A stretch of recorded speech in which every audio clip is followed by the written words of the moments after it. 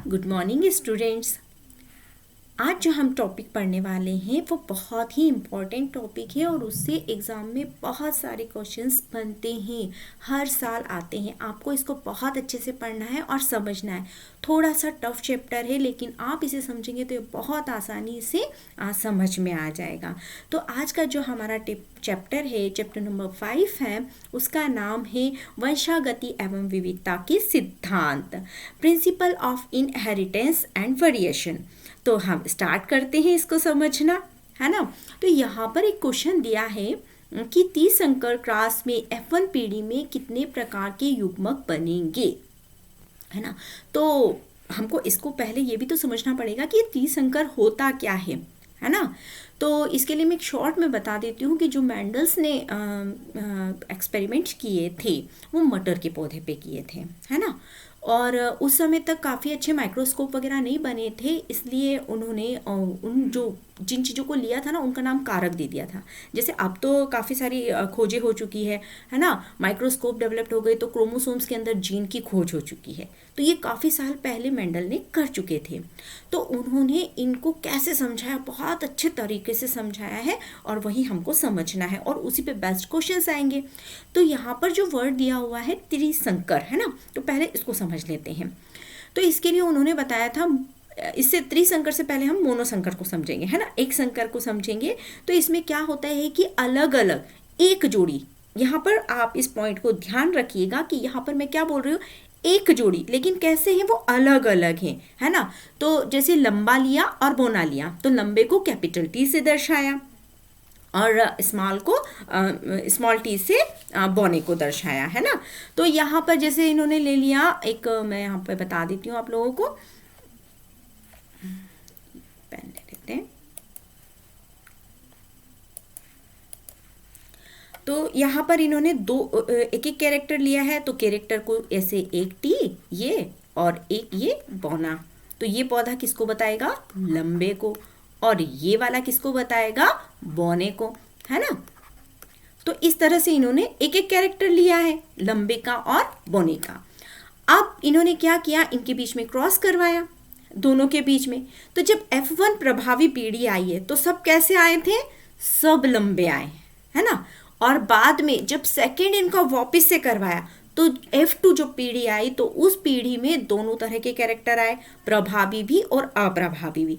और इनका जो अनुपात आता है वो कितना अनुपात आता है, देखिए यहाँ क्वेश्चन भी आया है इसका, है ना। यहाँ पे जो सेकंड क्वेश्चन आप लोग देखेंगे तो यहाँ पर ये लिखा हुआ है सेकंड क्वेश्चन कि प्रथम पीढ़ी में विषम युग्मी संकर एवं अप्रभावी जनक के संकरण में कौन सा अनुपात आया है ना। तो यहाँ पर इसका जो लिखा है, चूंकि यहाँ पे नाम लिखा है प्रथम पीढ़ी के संकर एवं अप्रभावी जनक, है ना, यहाँ पे थोड़ा सा अलग ले लिया है, विषम युग्मी लिया हुआ है इसमें। इसको भी मैं आप लोगों को बता दूंगी। तो यहाँ अनुपात एक अनुपात आता है, लेकिन यहाँ पर ये इस तरह का यदि बनता है, हम लंबे और छोटे बौने को लिया जाता है तो यहाँ पर इसका 3:1 रेशो आता है। अब ये तो हो गया मोनोहाइब्रिड। इसमें हमने कैसे एक एक कारक को लिया है, एक लंबा और एक बोना। लेकिन हम अगर अब इसमें दूसरा हम देखेंगे तो उसे डाइहाइब्रिड बोलेंगे, द्विसंकरण बोलेंगे। तो द्विसंकरण में 2 कैरेक्टर्स लिए जाएंगे, है ना। लंबे बोने के साथ उसका कलर ले लिया जाएगा, लाल और सफ़ेद ले लिया जाएगा। अब तीसरा, यहाँ त्रिसंकर लिखा है, मतलब 3 कैरेक्टर को साथ ले लिया जाएगा, है ना। लंबा भी ले लिया जाएगा, उसका कलर भी ले लिया जाएगा। फिर उसकी स्थिति कैसी है, जैसे मटर का एक्सपेरिमेंट किया तो गोल और झुर्रीदार, ऐसे करके इनके कैरेक्टर्स को बढ़ाया जाता है। तो अगर 3 कैरेक्टर्स को लिया जाता है तो त्रिसंकर कहा जाता है उसे। और इसके बाद में पता है पॉलीहाइब्रिड पर भी एक्सपेरिमेंट किया था उन्होंने। तो यहाँ पर लिखा हुआ है क्वेश्चन, अब आप समझ गए होंगे त्रिसंकर क्या है ना। अब स्टार्ट करते हैं।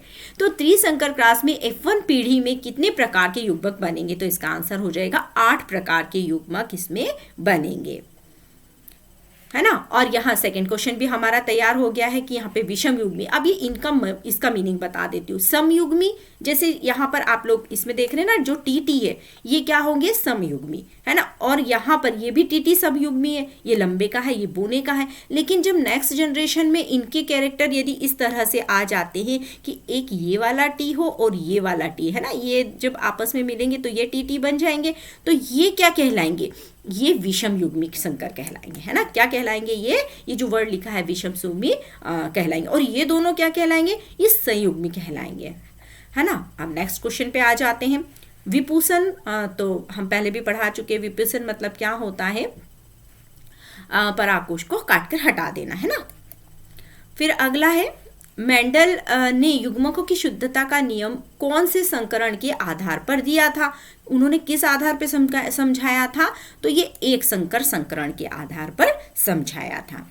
अब द्विसंकर अभी मैंने बताया है, डबल डबल कैरेक्टर्स को लिया गया है, तो इसके आधार पर मेंडल ने स्वतंत्र अपव्यूहन का नियम लिया था। और इसमें क्या किया था, उन्होंने प्रभावी और अप्रभावी दो कैरेक्टर को लिया था, एक पीले और हरे बीज और गोल और झुर्रीदार। तो हरे वाली कैसे लिए हैं, झुर्रीदार। तो इसका अनुपात भी कितना आता है ना, 9:3। ये भी कभी कभी क्वेश्चन आ जाता है एग्जाम में, 9:3:3:1, ये इसका रेशो आ जाता है द्विसंकर क्रॉस का, है ना। स्वतंत्र अपव्यूहन का नियम हो गया। अब मेंडल ने व्यक्त नहीं किया, किसको व्यक्त नहीं किया था, उन्होंने अपूर्ण प्रभाविता को। अब एक चीज और बता देती हूँ, प्रभावी और अप्रभावी। प्रभावी वे गुण होते हैं जो अपना नेक्स्ट जनरेशन में अपने आप को बनाए रखते हैं, अपने गुणों को बनाए रखते हैं अगली जनरेशन तक, वो प्रभावी कारक हो जाते हैं। और जो छुप जाते हैं, दब जाते हैं, वो कैसे होते हैं, अप्रभावी होते हैं, वो अपना प्रभाव दर्शा ही नहीं पाते। तो मेंडल जो थे ना, इन्होंने इसको नहीं बताया था, यही इनसे एक भूल हो गई थी। बाकी इन्होंने बहुत अच्छा एक्सपेरिमेंट किया, लेकिन अपूर्ण प्रभाविता को नहीं बताया। तो अपूर्ण प्रभाविता जैसे हम देखें ना, एक लाल गुलाब लेंगे, एक सफेद, तो फर्स्ट जनरेशन में तो कैसे आ जाएंगे, सब गुलाबी आ गए, और फिर नेक्स्ट जनरेशन में क्या हो जाएगा कि 1:2:1 का रेशो आ जाएगा, है ना। उसमें लाल भी आ जाएंगे और गुलाबी भी आ जाएंगे। तो ये जो अपूर्ण प्रभाविता है ना, ये गुलाबी रंग आ गया, यानी कि दोनों अपना प्रभाव दर्शाने लग गए हैं, है ना, सफेद भी और लाल भी कलर, तो नया कलर तैयार हो गया। तो ये मेंडल इसको व्यक्त नहीं कर पाए थे। अब आनुवांशिकी के अध्ययन में क्या किया जाता है, भाई हम जेनेटिक्स पढ़ रहे हैं तो क्या करते हैं इसमें दोनों आनुवांशिकताओं का और विभिन्नताओं का अध्ययन किया जाता है। अब आनुवांशिकता क्या होती है, जो जीन होते हैं ना, एक पीढ़ी से दूसरे पीढ़ी में जाते हैं, है ना। फिर वो जब जैसे मेल फीमेल गीमेट्स मिले, उनके जब जीन नेक्स्ट जनरेशन में जाएंगे तो क्या होगा, वहां वेरिएशंस होंगे, वहां विभिन्नताएं आएंगी।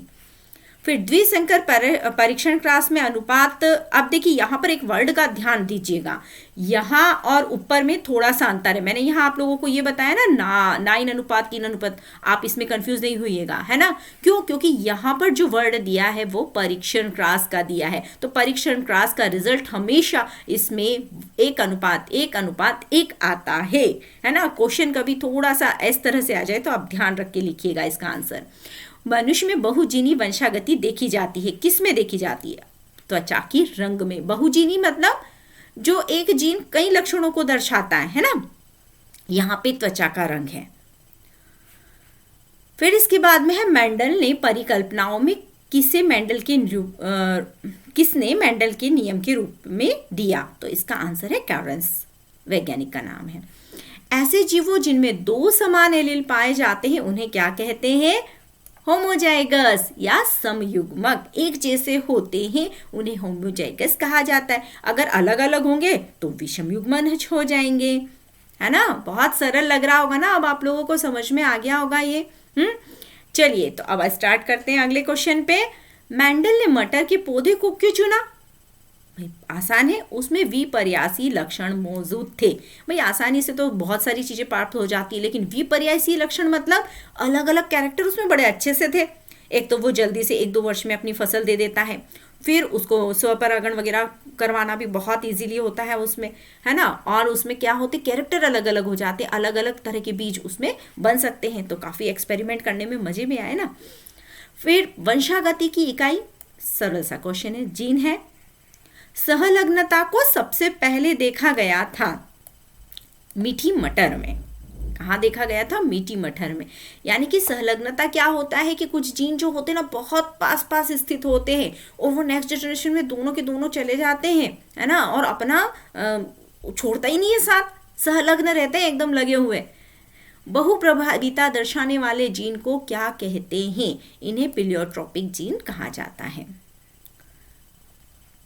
अपूर्ण प्रभाविता में F2PD में समलक्षणी अनुपात क्या होगा, है ना। अपूर्ण प्रभाविता है तो ये मैं आप लोगों को अभी बता चुकी हूँ कि 1:2:1, और प्रथम पीढ़ी जो होगी ना F1 पीढ़ी, इसमें तो क्या सब कैसे हो जाएंगे, सब सेम सेम रहेंगे, है ना, सब गुलाबी आ जाएंगे, सब सेम सेम रहेंगे। लेकिन F2 पीढ़ी में इसमें जो है फर्स्ट में तो अपूर्ण प्रभाविता रहेगी, लेकिन अपूर्ण प्रभाविता के साथ प्रभाविता वाले गुण भी आएंगे। देखिए एक यहाँ पे कैसा आ जाएगा, लाल रंग का, एक गुलाबी, और एक कैसे आ जाएगा, सफेद, है ना। तो ये वो ठीक से पेन नहीं चल रहा है, कोई बात नहीं, आप समझ ही गए होंगे कि यहाँ लाल है, यहाँ पे गुलाबी है और यहाँ पे सफेद है। ये F2 पीढ़ी का बता रहे हैं, किसके लिए, अपूर्ण प्रभाविता का। आप जब इसके क्वेश्चन आए तो बस इन चीजों का ध्यान रखिएगा कि वो किससे रिलेटेड पूछे जा रहे हैं, है ना, किस चीज से।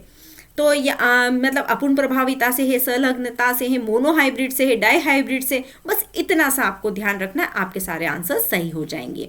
घटना जिसमें एकल जीन एक से अधिक विशेष को प्रभावित करती है बहुप्रभाविता कहलाती है। मतलब अब यहाँ पर क्या है कि एक जीन है जो है ना वो कई कैरेक्टर को बता रहा है, एक ही जीन कई कैरेक्टर को बताता है, तो उसे हम बहुप्रभाविता के नाम से जानते हैं। अब नेक्स्ट क्वेश्चन है, ड्रोसोफिला में विशालकाय गुणसूत्र कहाँ मिलते हैं। ये क्वेश्चन भी इंपॉर्टेंट है, लार ग्रंथियों में कई बार एग्जाम में पूछा गया है ना। फिर पूर्ण संलग्नता पाई जाती है, तो ये किस में पाई जाती है, नर ड्रोसोफिला में पाई जाती है। ये क्वेश्चन भी कई बार पूछा गया है। पूर्ण संलग्नता होती है, इसके जीन नेक्स्ट जनरेशन में पूरे पहुंच जाते हैं। यदि मक्का के गुणसूत्र 10 जोड़े हों तो सहलग्न कितने होंगे, इसमें 10 ही होंगे। एक नर बच्चा निम्न में से X गुणसूत्र ग्रहण करता है। X गुणसूत्र कहाँ करता है, उसकी माता से ग्रहण करता है। गुणसूत्रों के अदला बदली करने की क्रिया क्या कहलाती है, तो इसको भी समझ लेते हैं। गुणसूत्रों को अदला बदले करने की क्रिया जीन विनिमय या जीन एक्सचेंज कहलाती है। ये क्रॉसिंग ओवर भी कहलाती है ना। इंग्लिश में नाम आ जाए तो कंफ्यूज नहीं होना है। जीन विनिमय को क्रॉसिंग ओवर कहते हैं। पैकेटिन स्टेज में होता है ये भी इंपॉर्टेंट है। पैकेटिन स्टेज को आपको याद रखना ही पड़ेगा। कई बार एग्जाम में पैकेटिन पूछा गया है कि ये कहाँ कब होती है, तो कौन सी स्टेज में होती है ना। आपने माइटोसिस मियोसिस पढ़ रखा है ना, तो ये मियोसिस में होती है, अर्धसूत्री विभाजन के समय होती है। ये क्वेश्चन भी बड़ा अच्छा है कि जीन की अवधारणा किसने दी, तो सटन ने दी। गुणसूत्री सिरों को क्या कहा जाता है, तो इसे टीलोमियर कहा जाता है ना। अब देखिए गुणसूत्र भी अलग अलग प्रकार के हो जाते हैं। यहाँ हम देखें तो जो गुणसूत्र होते हैं ना, जैसे यहाँ पे मैं बना के बताती हूँ इसको। देखिए ये हमारा गुणसूत्र है और इसके ऊपर एक गोला यहाँ छोटा सा है, तो इसे क्या कहेंगे, टीलोमियर कहेंगे। फिर एक्रोम, ये इस तरह का है, एक गोला है, लेकिन ये थोड़ा सा यहाँ पे टूट कर एक लिखा है, थोड़ा सा दूर बन गया है ना, तो ये एक्रोसेंटर हो जाएगा। फिर इसके बाद में एक होता है जिसे हम बोलते हैं मेटासेंट्रिक, और एक होता है सब मेटासेंट्रिक। अगर इसकी भुजा थोड़ी सी छोटी है और यहाँ थोड़ी बड़ी है तो इसे क्या बोलेंगे, सब मेटासेंट्रिक, है ना। और एक ऐसा हो जाएगा जिसमें दोनों भुजाएं वी बना लेगी, इस तरह की रचना, तो इसको क्या कहेंगे, मेटासेंट्रिक। तो ये क्वेश्चंस भी अलग अलग नाम से आ सकते हैं। तो ये हो गया टीलोमियर या टीलोसेंट्रिक, ये हो गया एक्रोसेंट्रिक, और ये हो गया मेटासेंट्रिक, सब मेटासेंट्रिक, और ये मेटासेंट्रिक। तो आप इनके नाम अपनी कॉपी में नोट कर लीजिए, हो सकता है कभी एग्जाम में आ जाए। बालबियालिन की रिंग जो पाई जाती है वो किस में पाई जाती है, वो पॉलिटिन गुणसूत्रों में पाए जाते हैं। देखो बालबियालिन जो है ना वो एक साइंटिस्ट है, उन्होंने जो ड्रोसोफिला होती है उसकी लार में इसकी खोज की थी, गुणसूत्र की। कौन से गुणसूत्र, जो साइज में बहुत बड़े होते हैं, पॉलिटिन गुणसूत्र के नाम से जाने जाते हैं। अभी जो पॉलिटिन गुणसूत्र होते हैं ना, इन्हीं के अंदर इस तरह की ऐसे छल्लेनुमा रचना बनी हुई होती है इस तरह से, तो ये पफ्स भी बोले जाते हैं, इस तरह छल्ले बने हुए होते हैं इसमें, इनको बालबियानी रिंग्स के नाम से भी जाना जाता है ना। तो अब ये तो इतना हो गया। इतने में एक चीज, दो क्वेश्चंस और आप लोगों को आ सकते हैं, एक वो उनको मैं समझा देती हूँ, एक बैक क्रॉस को समझा देती हूँ।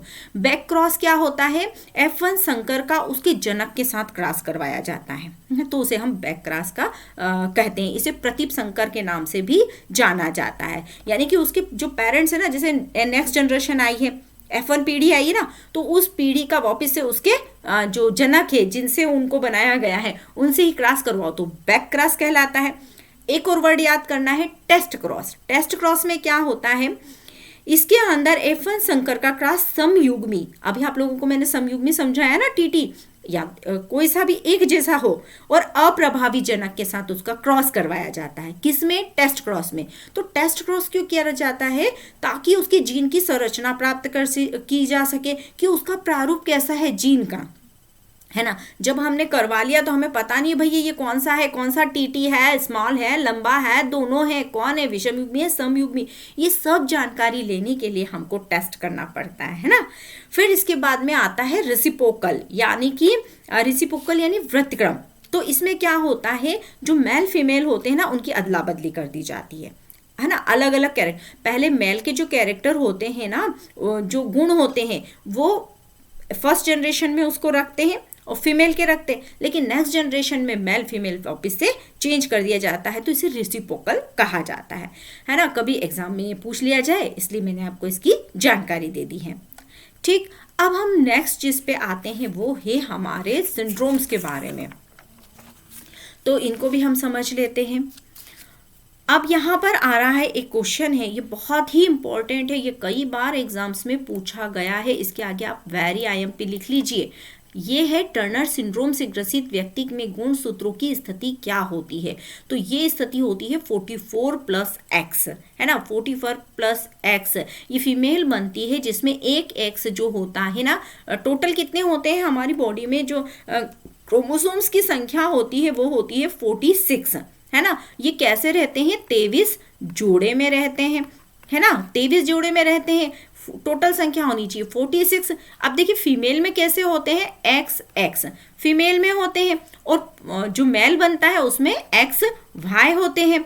लेकिन यहाँ पर क्या हो रहा है, एक X कम हो रहा है। एक X कम हो जाने से यहाँ पर टोटल संख्या कितनी हो रही है, 45, यानी कि एक गुणसूत्र की कमी रह गई है। तो अब चूंकि एक गुणसूत्र की कमी रह गई है तो क्या हुआ है, यहाँ पर बीमारियां हो जाएगी। उसको बीमारी कैसी हो जाएगी, है ना, उसमें कई तरह की एबनॉर्मलिटीज आ जाएगी, छोटी नाटी मोटी रहेगी, मुंह खुला सा, आंखें भी अजीब सी रहेगी, है ना, मंदबुद्धि टाइप की वो महिला हो जाएगी। तो ये तो मैंने आपको समझाया। इसके बाद इससे रिलेटेड कई सारे क्वेश्चंस हैं। अब इन सबको समझने के पहले मैं आपको इनकी इंपॉर्टेंट लाइंस को समझा देती हूँ, तो आप जिंदगी भर इसको नहीं भूलेंगे। होता क्या है कि ये सारे क्वेश्चंस x देख के हम वहाँ पर एग्जाम में समझ में नहीं आता है कि क्या सही है क्या गलत। तो पहले आप इसको नोट कर लीजिए, है ना। सबसे पहले ऑटोसोमल, है ना, क्या वर्ड बोल रही हूं मैं वो ध्यान दीजिए। ऑटोसोमल, ऑटोसोमल मतलब अलिंगी गुणसूत्र, है ना। ये जो मैं आपको बता रही हूँ ना 23 जोड़े में से जो 22 जोड़े गुणसूत्र होते हैं, कितने, 22 जोड़े, ये कैसे होते हैं, ऑटोसोमल होते हैं या अलिंगी इनको कहा जाता है।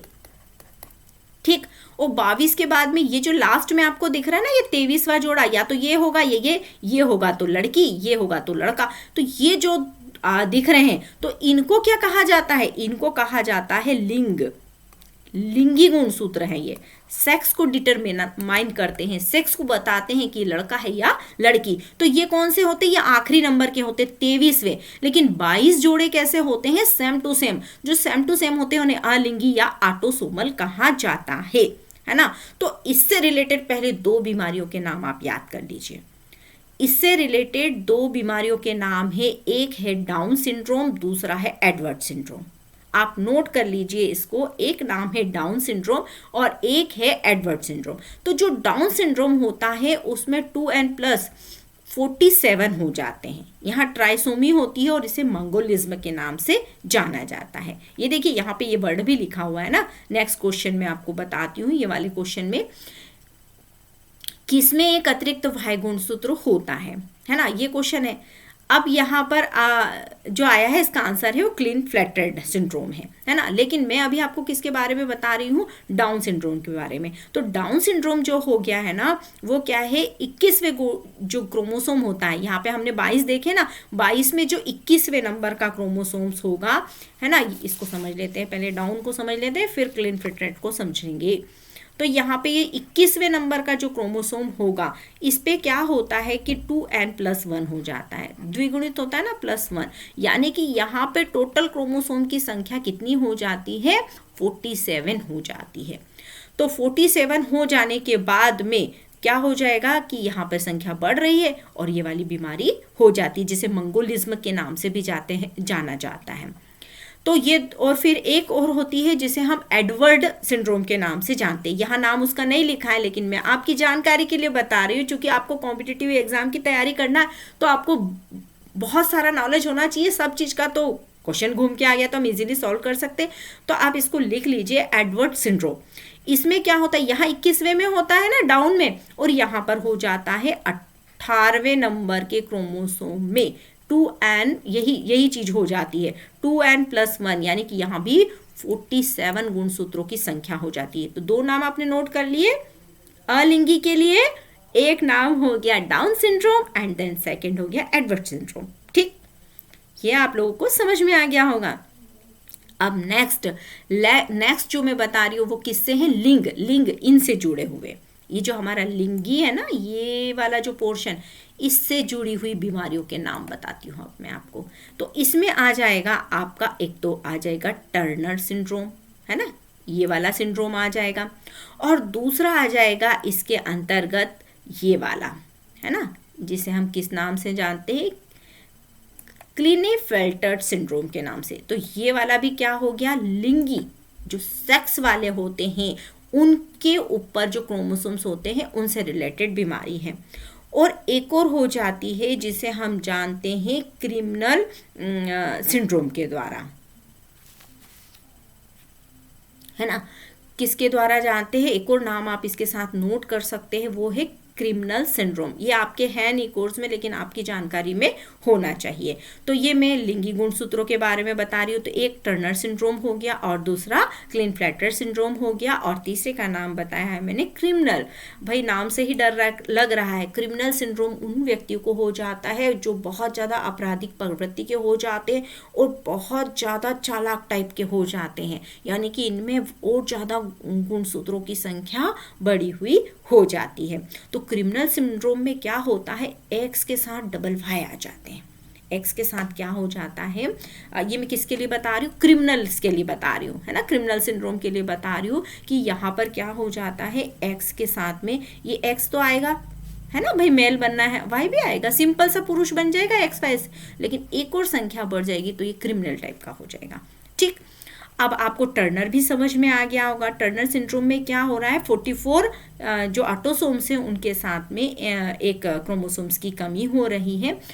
तो ये क्या बन रहा है, यहाँ पर ऊपर देख रहे हैं हम, तो 45 हो गई है और ये फीमेल बन रही है। ठीक, यहाँ पे तो टर्नर सिंड्रोम आप लोगों को समझ में आ गया। अब दूसरा क्लिनफ्लेटर सिंड्रोम, इसको समझ लेते हैं।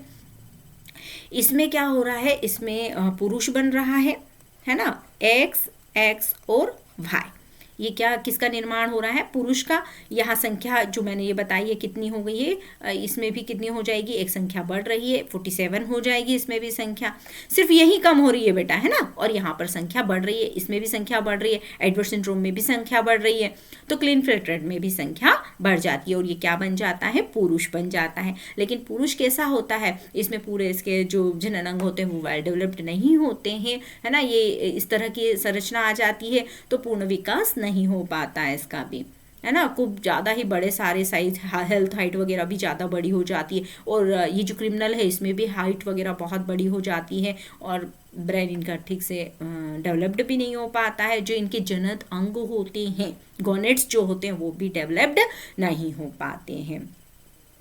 तो ये हो गए, इन सब के बारे में तो हमने समझ लिया। इसके साथ एक चीज़ और आप लोगों को समझा देती हूँ, है ना। तो ये तो ऑटोसोमल आपने समझ लिए, लिंगी गुणसूत्र समझ लिए। अब तीसरा है कि गुणसूत्रों की संरचना में परिवर्तन हो जाए तब भी बीमारियां हो जाती है ना। जो हमारे गुणसूत्र है ना, एक पीढ़ी से दूसरी पीढ़ी में जब जाते हैं नई वेरिएशंस लाते हैं, लेकिन उस समय पे यदि इनमें कोई परिवर्तन हो जाता है तो इनके नाम भी आप नोट कर लीजिए। तो हो जाती है कौन सी बीमारी, कीटू-चैट सिंड्रोम होती है, जो 5वें नंबर के गुणसूत्र की भुजा जो होती है वो छोटी हो जाती है। जो ऑटोसोम्स हम चल रहे हैं ना 5वें नंबर पे आए, वो 5वें नंबर की भुजा जो है वह छोटी हो जाती है। कैट क्राई सिंड्रोम कहा जाता है, बच्चा छोटा बेबी जो होता है बिल्ली जैसी म्याऊ म्याऊ आवाज को निकालता है, कैट क्राई सिंड्रोम के नाम से इसे जाना जाता है। और एक और नाम जो है इसका है कीटू-चैट सिंड्रोम, है ना। कभी कैट क्राई भी एग्जाम में आ जाता है, तो आप इसको भी देख लीजिए। और दूसरा इसका एग्जाम्पल है क्रॉनिक ग्रैन्युलोसाइट ल्यूकेमिया, है ना। जैसे कैंसर जिसे हम बोलते हैं ना ल्यूकेमिया कैंसर, वो भी इस वजह से हो सकता है। ये 21वें नंबर के गुणसूत्र की जो लंबी भुजा होती है वो छोटी हो जाती है, इस वजह से हमारी WBCs की संख्या बढ़ जाती है और RBCs कम हो जाते हैं, है ना। RBC कम हो जाएंगे, WBC, तो ल्यूकेमिया रोग हो जाएगा। ये कैंसर का एक प्रकार है ल्यूकेमिया, है ना। खून की कमी हो जाएगी, इसमें ब्लड कैंसर सामान्य तौर पे इसको बोला जाता है। तो ये भी जीन के द्वारा है। तो इतने सारी बीमारियां हम लोग इससे रिलेटेड समझ चुके हैं।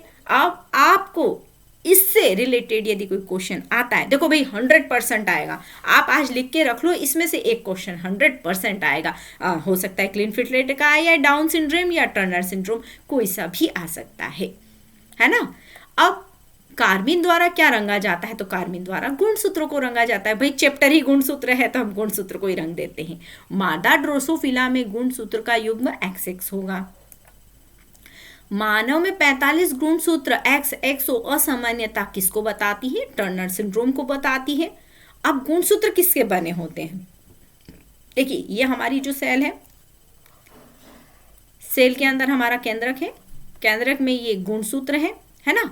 तो ये गुणसूत्र किसके बने होते हैं, है ना, जिसे हम बार बार जीन कह रहे हैं, तो ये बने होते हैं DNA RNA प्रोटीन के बने होते हैं, जिन्हें हम जीन भी कहते हैं, है ना। मतलब एक छोटा सा खंड हो जाएगा। फिर पॉलीटीन गुणसूत्र की खोज, अब देखिए हम जब से पॉलीटीन का नाम किसके साथ आ रहा था, ड्रोसोफिला के साथ, तो यहाँ भी आप मिस्टेक मत करिएगा।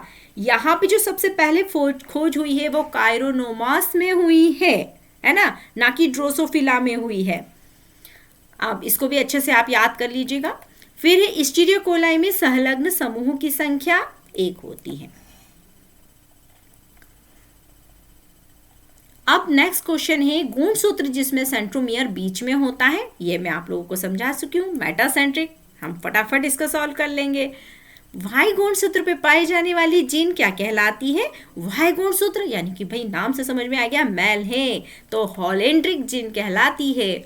यदि अब देखिए इससे रिलेटेड भी कई क्वेश्चन एग्जाम में, मेन एग्जाम में भी पूछे जाते हैं, है ना। बोर्ड एग्जाम होगी तब भी ये वाले क्वेश्चन पूछे जाएंगे जो मैं आप पढ़ाने वाली हूँ, है ना। तो इसको समझने के लिए देखिए सबसे पहले यदि एक वर्णांध पुरुष का एक सामान्य परंतु इस गुण वाली वाहक स्त्री से विवाह होता है तो संतानों कैसी पैदा होगी, तो इसका आंसर है 50% नर और 50% मादाएं वर्णांध होंगी, है ना। अब इसके लिए मैं आपको एक चार्ट बता देती हूँ। एक क्वेश्चन और है, इसको भी समझ लेते हैं, उसके बाद में इस चार्ट के द्वारा हम इसको अच्छे से समझेंगे। क्वेश्चंस पे ध्यान दीजिएगा, यहाँ पर इसमें बस आप ये क्वेश्चन आते तो क्वेश्चन पे ध्यान दीजिएगा और इसका एक बनाइएगा आप, और इजीली ये सॉल्व हो जाएगा। अब बनाना मैं बता दूंगी कैसे बनाना है। एक व्यक्ति जिसमें वर्णांध पिता थे, एक ऐसी स्त्री से विवाह किया जिसकी माता वर्णांध थी, पिता सामान्य थे, तो इस जोड़ी में कितने % नर बच्चे वर्णांध हो गए, तो इसका आंसर भी 50% है। अब इसको मैं आपको समझाती हूँ। देखिए यहाँ पर ये जो फर्स्ट क्वेश्चन हमारा था ना, वर्णांध की वंशानुगति, फर्स्ट क्वेश्चन जो है सामान्य स्त्री एवं वर्णांध पुरुष का संकरण, तो हम इसको ऐसे समझ सकते हैं। यहाँ पे कैसी है, नॉर्मल फीमेल है और करल ब्लाइंडनेस मेल है। जब इन दोनों की मैरिज होती है, अरे भाई अब आप लोग मैरिज करो तो ध्यान रखना है ना, अपने जन्म कुंडली तो मिलाना ही मिलाना है, इन कैरेक्टर्स को भी मिला लीजिएगा, ब्लड ग्रुप मिला लीजिएगा, और ये बीमारियों को भी देख लीजिएगा, है ना, नेक्स्ट जनरेशन अच्छी होगी। चलिए अब यहाँ पे देखते हैं normal female. Normal female XX है और यहाँ पे ये चूंकि कलर ब्लाइंडनेस है तो यहाँ पर हमने इसको सी से शो किया हुआ है। तो यहाँ इसके ये गैमेट्स बन रहे हैं। जब इनमें हो रहा है आपस में संकरण मिल रहे हैं, ये इनमें क्रॉस हो रहा है, तो देखिए यहाँ पर कैसे बन रहा है कैरियर, यानी कि जब पहली महिला जो बन रही है, पहली पुत्री जो बन रही है यहाँ पर, उसमें कलर ब्लाइंडनेस की वो वाहक होगी। मान लो इधर भी सी आ जाता है तो वो वर्णांध हो जाएगी, लेकिन यहाँ पर एक सिंपल है, लेकिन यहाँ सी वाला है तो यहाँ पर क्या हो गया है, ये कैरियर वाली हो गई है। दूसरे में हम देखेंगे वाई लेंगे, दोनों सिंपल, तो नॉर्मल मेल बन रहा है। यहाँ देखिए एक्स और इस तरह से इसको देखते हैं तो ये कैरियर फीमेल बन रही है, ये भी वाहक बन रही है। और यहाँ पर ये किस तरह का बन रहा है, नॉर्मल। तो ये 50% हो गया इसका। ये देखो ये भी बन रहा है, ये भी बन रहा है, और यहाँ पर ये दोनों इसकी वाहक आ रही है। नेक्स्ट क्वेश्चन को हम देखते हैं वर्णांध, इसको नीचे कर लेते हैं थोड़ी सी। वर्णांध वंशागति जब वर्णांध स्त्री सामान्य पुरुष से। अब यहाँ पे देखना थोड़ा सा दोनों में क्या अंतर हो गया है। यहाँ सामान्य स्त्री थी लेकिन यहाँ वर्णांध पुरुष था। यहाँ पर कैसा है, वर्णांध स्त्री है और सामान्य पुरुष है ना। जब इनका आपस में दोनों को अपोजिट रेसिप्रोकल कर दिया, यहाँ पे अपोजिट कर दिया है, इधर से उधर कर दिया है इनको, तो यहाँ पर देखेंगे तो हम लेकिन हमारा आंसर जो हमारा रिजल्ट आएगा वो अलग अलग आ जाएगा। कैसे अलग अलग आ जाएगा उसको भी देख लेते हैं। देखिए यहाँ पे ये कैसी है, कलर ब्लाइंडनेस फीमेल है और यहाँ पे सिंपल सा मैन है, सामान्य। अब यहाँ पे दोनों पे सी आ गया है लेकिन यहाँ पर नहीं है। अब देखिए ये इससे मिलेगा तो सिंपल कैरियर फीमेल बन गई, ये इससे मिल रहा है तो यहाँ पर क्या होता है, डिजीज वाला जो मेल रोगग्रस्त पुरुष बन रहा है। क्योंकि देखिए पुरुष में क्या है, सिर्फ क्या है, एक एक्स है और वाई है, लेकिन फीमेल में दोनों एक्स हैं, है ना। तो यहाँ पर अगर हम तीसरी स्थिति को देखते हैं, यदि इन दोनों का साथ में करते हैं तो कैरियर फीमेल का निर्माण हो जाता है, ये भी वाहक स्त्री होगी। अब यहाँ पे देखिए चूंकि इसका एक्स और वाई मिल रहा है तो यहाँ पे भी रोगग्रस्त, यानी कि ये दोनों कैसे हो गए, यहाँ तो नॉर्मल आ रहे थे भाई, लेकिन यहाँ पर कैसे आ गए हैं, दोनों के दोनों रोगग्रस्त। और माता जी जो इनकी पुत्रियां बनी है वो भी वाहक हो जाएंगी, यानी कि नेक्स्ट जनरेशन में रोग उत्पन्न करने की क्षमता इनमें रहेगी। अब इसी तरह से दो और समझ लीजिए तो आपका पूरा क्लियर हो जाएगा। जब वर्णांध की वंशागति जब वाहक स्त्री और सामान्य पुरुष का संकरण करवाया जाता है, और इधर क्वेश्चन है वर्णांध की वंशागति जब वाहक स्त्री का, है ना, एक वर्णांध पुरुष से संकरण करवाया जाता है, तब क्या स्थिति बनती है। तो तब देखिए यहाँ पर हमने इसको सीसी लगा दिया। ये बहुत सरल है, आप लोग एक बार इसको बनाएंगे ये आपको हमेशा के लिए याद हो जाएगा, कोई प्रॉब्लम नहीं आएगा। बस मैचिंग ही तो करनी है, मतलब इनकी सेटिंग करनी है सबकी। एक्स वाई ले लिया यहाँ पर मेल, अब इनको हमने इनके गैमेट्स बना लिए, अब इनका फिर आपस में क्रॉस करवा दिया। तो यहाँ पर क्या हो रही है, जब वाहक स्त्री और सामान्य पुरुष है तो यहाँ पर वाहक महिला, रोगग्रस्त पुत्र, और ये नॉर्मल सामान्य सी पुत्री बोलेंगे, हाँ महिला नहीं बोलना है, मैं महिला बोल दी हूँ क्योंकि ये तो महिला ऊपर हो गई है ना, यहाँ पे ये महिला हो गई, ये पुरुष हो गया, तभी इनकी संतानें बनेंगे तो पुत्र पुत्री बनेंगे, है ना। तो यहाँ पर ये जो हो गया है कैरियर वाहक पुत्री हो गई, ये रोगग्रस्त पुत्र हो गया, ये सामान्य सी जो पुत्री है वो हो गई, और ये हो गया है फिर नॉर्मल मेल, है ना। अब यहाँ पर क्या होगा, यहाँ तो भाई बहुत खतरा है क्योंकि वाहक स्त्री है और वर्णांध पुरुष है, तो स्थिति कैसी हो जाएगी, डेंजरस हो जाएगी, है ना। यहाँ से इसको थोड़ा नीचे करते हैं। देखिए यहाँ पर क्या हो रहा है, ये और यहाँ पर भी यहाँ वाहक है, ये बन गया। अब इनका जब आपस में क्रॉस करवाया जाता है तो रोगग्रस्त महिला, रोगग्रस्त पुरुष और वाहक महिला, और एक ही बच्चा, एक ही पुत्र जो है वो नॉर्मल बनेगा। तो आप लोग इस चेकर के इसकी सहायता से, ये जो हम बना रहे हैं इसकी सहायता से आप इसको आसानी से समझ सकते हैं, है ना। तो एग्जाम में आए तो 2 मिनट लगते हैं, बना के देख लीजिएगा, आपके लिए बहुत आसान हो जाएगा। फिर टर्नोन सिंड्रोम से जो ग्रसित स्त्री होती है उसमें एक्सो गुणसूत्र के साथ जो टोटल संख्या 45 हो जाती है।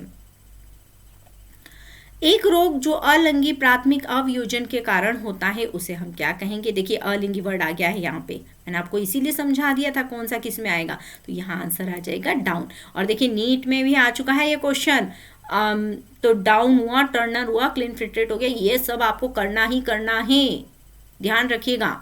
यदि पत्नी एवं पति का जीनोटाइप IA, IB, IA है तो इनके रुधिर वर्गों में कितने जीनोटाइप एवं फिनोटाइप्स होंगे।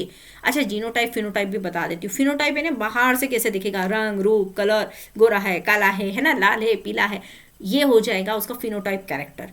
और जीनोटाइप जो उसकी अंदर की जीन की संरचना है वो कैसी है, तो वो जीनोटाइप में आएगा, है ना। तो ये जो IA, AB जो दिख रहे हैं ना, ये क्या चीज़ होती है, ये एक प्रकार की जो हमारी ब्लड होती है वो शर्करा बनाती है, उसको डिनोट करते हैं कि A प्रकार की, B प्रकार की, है ना, जिनमें ये प्रेजेंट होता है। IA ब्लड ग्रुप भी इसी से डिसाइड होते हैं, है ना। तो जिनमें ये प्रेजेंट होंगी तो दोनों में उस तरह की शर्करा होगी, और आई जिसमें आ जाता है, आई क्या है, अप्रभावी है, तो उसमें वह शर्करा प्रेजेंट नहीं होगी। किसी में ए रहती है, किसी में बी रहती है, और किसी में दोनों प्रकार की रहती है ना। जिनमें दोनों रहेगी तो ए बी ब्लड ग्रुप हो जाएगा, जिसमें ये रहेगी। तो आ जाते हैं हमारे आंसर पे। तो इसका आंसर हो जाएगा 4 जीनोटाइप एंड 3 फिनोटाइप कैरेक्टर्स। निम्नलिखित में से मटर में कौन से लक्षण मेंडल द्वारा प्रयोग में विचार नहीं किया गया था, तो उन्होंने त्वचा रोम और ग्रंथिल रहित का विचार नहीं किया था। ओके, अब नेक्स्ट, निम्नलिखित में से कौन सी अवधि मेंडल के संकरण के प्रयोग की थी, मतलब कब उन्होंने किया था, तो उन्होंने ये जो एक्सपेरिमेंट्स किए थे 1856 से 1863 के बीच में किए थे। अब इसके बाद में हम नेक्स्ट आ जाते हैं। थैलेसीमिया, दात्र कोशिका अर्रकता दोनों ग्लोबिन अणु के संश्लेषण में समस्या के कारण होते हैं, इसके लिए उचित कारण दीजिए। तो थैलेसीमिया ग्लोबिन अणु में कम संश्लेषण के कारण हो जाता है। थैलेसीमिया में भी क्या हो जाता है, जो हमारी बोन मेरो होती है, एक ऐसे जीन होता है जिसकी वजह से प्रॉपर फंक्शनिंग नहीं कर पाती है और हमारे ब्लड का निर्माण नहीं होता है और ब्लड की कमी बॉडी में हो जाती है।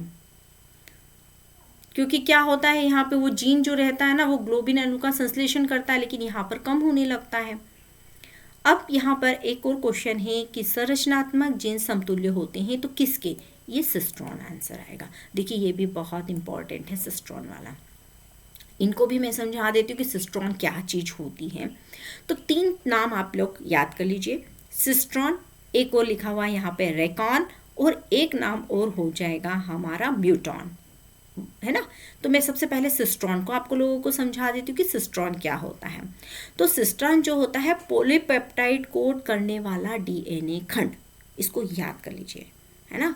पॉलीपेप्टाइड श्रृंखला होती है ना, उसको कोड करने वाला डीएनए का जो खंड होता है उसे हम सिस्ट्रॉन कहते हैं। मतलब जो डीएनए बना हुआ है उसमें ये खंड जो उसको शो करेगा वो सिस्ट्रॉन कहलाएगा, पॉलीपेप्टाइड चेन को, ठीक।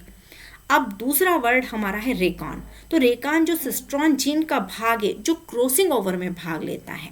ये जो सिस्ट्रॉन है ना, इसका एक पार्ट होता है जो क्रॉसिंग ओवर, जीन विनिमय मैंने बताया ना, क्रोमोनिमा की अदला बदली होती है, दोनों गुणसूत्र पास पास आते हैं, इसका उसमें जाएगा ना, है ना, क्रोमोसोम की अदला बदली होगी, तो उस समय इसको क्या कहा जाता है, रेकॉन। और तीसरा वर्ड होता है म्यूटॉन।